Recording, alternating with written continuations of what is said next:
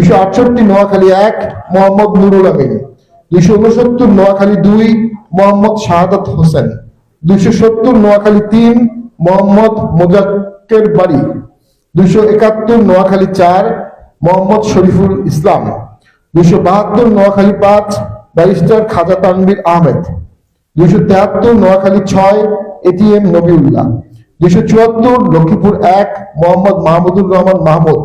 276 Lakshmipur 3 AKM Mohiuddin.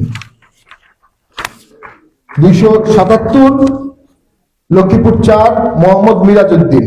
278 Chittagong 1 Syed Shahadat Hossain Mohammad Ershadullah. 283 Chittagong 6 Mohammad Mehedi Hasan. 288 Chittagong 11 Mohammad Abu Taher. 289 Chittagong 12 Farid Ahmed Chowdhury. 290 Chittagong 13 Abdur রব চৌধুরী। 291 চট্টগ্রাম 14 মোহাম্মদ বাদশা মিয়া। 292 চট্টগ্রাম 15 মকবুল আহমেদ। 295 কক্সবাজার 2 মোহাম্মদ মাহমুদুল করিম। 296 কক্সবাজার 3 মফিজুর রহমান। 297 কক্সবাজার 4 নুরুল আমিন শিকদার ভুট্টো। 298 পার্বত্য খাগড়াছড়ি মিথিলা রোয়াজা। 299 পার্বত্য রাঙ্গামাটি অশোক তালুকদার। 300 পার্বত্য বান্দরবন আবু জাফর মোহাম্মদ বলিউল্লাহ। এটি আমাদের লিস্ট। এর সাথে আরো কিছু নাম যুক্ত হতে পারে, আমরা সংযুক্ত হওয়া মাত্র আপনাদের জানিয়ে দিব। এদের মধ্যে আমাদের 3 জন ক্যান্ডিডেট এই মুহূর্তে জেলে আছেন। আমাদের টিপু ভাই সাবেক সংসদ সদস্য, শেরপুরের মনির সাহেব আমাদের জেলা সভাপতি, এবং নরসিংদীর জনাব সেলিম সাহেব, ওনারা জেলে থেকেই ভোটে কন্টেস্ট করছেন। বাংলাদেশে একটি, আমরা তাদের জন্য বিশেষ তালিকা যাচ্ছি।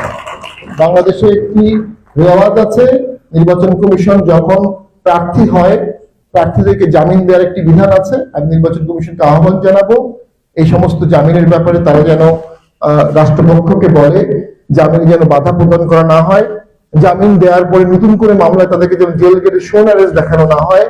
পাশাপাশি তফসিল পিরিয়ডে সন্দেহভাজন ধরপাকড় অথবা যারা এফআইআর ভুক্ত তাদেরকে অ্যারেস্ট করা না হয়। যারা রাজনৈতিকভাবে এফআইআর ভুক্ত তারা যেন ভোট করতে পারে। এটা যে কোনো ফ্রি ফেয়ার ইনক্লুসিভ ইলেকশনের পূর্ব শর্ত। তফসিল পিরিয়ডে যদি গ্রেফতার হয়, হয়রানি হয়, নির্বাচনটি কখনো সুষ্ঠু এবং প্রাণবন্ত হয় না। আমরা খবর পাচ্ছি বিভিন্ন জায়গা থেকে আমাদের অনেক প্রার্থীর সমর্থকদের বাসায় পুলিশ যাচ্ছে, হুমকি দেওয়া হচ্ছে। অনেককে হুমকি বীরেশ্বর হয়ে গেছে এবং কয়েক জায়গায় গেছে।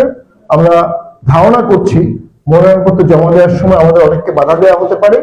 এই সমস্ত বিষয়ে নির্বাচন কমিশনকে দায়িত্ব নিয়ে দায়িত্ব পালন করতে হবে। অন্যথায় আমরা আরেকটি ভ্রান্ত নির্বাচনের দিকে দেশ যাচ্ছে। ভ্রান্ত নির্বাচনের ভ্রান্ত ভবিতব্য সরকার ভ্রান্তভাবেই দেশ চালাবে। দেশের রাজনৈতিক সংকটের কোনো সমাধান হবে না। সকলকে আহ্বান জানাবো একটি শান্তির পথে হাঁটতে, একটি ঐক্যমতের পথে হাঁটতে, একটা অন্তর্ভুক্তিমূলক ভোটের দিকে যেতে। লেভেল প্লেইং ফিল্ড নিশ্চিত করতে হবে। ভোটের অধিকার সকলের। পাশাপাশি আমরা দেখেছি নির্বাচন কমিশন প্রথমবারের মতো একটি তফসিল শিডিউল দিয়েছে। সেখানে একটি আন্ডারটেকিং পার্টির চেয়ারম্যানকে দিতে হচ্ছে যে নিষিদ্ধ কোনো দলের কোনো সমর্থক বা কর্মীকে এখানে দলে অন্তর্ভুক্ত করে নমিনেশন দেওয়া যাবে না। আমরা মনে করি এটাও অসাংবিধানিক। কারণ কেউ নিষিদ্ধ দলের সদস্য ছিল, এখন দল নিষিদ্ধ হলে তার সদস্যপদ নিষিদ্ধ হয়ে গেছে, তিনি স্বাভাবিকভাবে অন্য যে কোনো দলে আসতে পারেন এবং ভোট করতে পারেন। এটা তার সাংবিধানিক অধিকার। তিনি কনভিক্টেড না, ডিসকোয়ালিফাইড না। এই তফসিলটাও আমি মনে করি অবিবেচনা প্রসূত, অসাংবিধানিক। পরিশেষে আপনাদের যদি কোনো প্রশ্ন থাকে আমরা সংক্ষিপ্ত উত্তর দিতে পারি। আমরা আজকে পর্যন্ত 243টি আসনে প্রার্থী দিয়েছি। এরপরে কিছু যুক্ত হতে পারে, এটা এখনো বলতে পারছি না। আমরা আশা করছি আরো 10-15 দিন দিতে হবে।